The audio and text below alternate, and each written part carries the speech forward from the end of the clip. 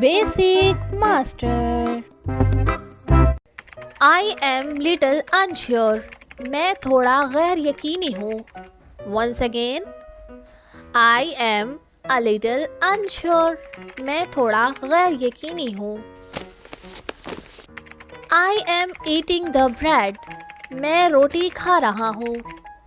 Once again. I am eating the bread. मैं रोटी खा रहा हूँ. I am in love. मैं मोहब्बत में हूँ. Once again. I am in love. मैं मोहब्बत में हूँ.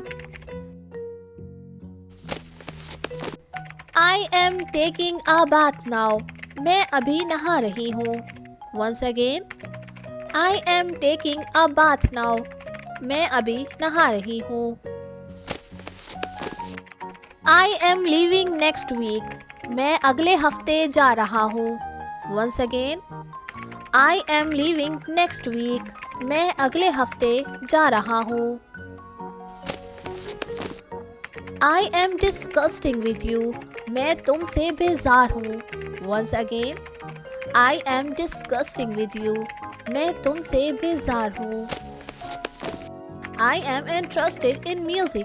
मुझे मौसीकी में दिलचस्पी है. Once again. I am interested in music. मुझे मौसीकी में दिलचस्पी है.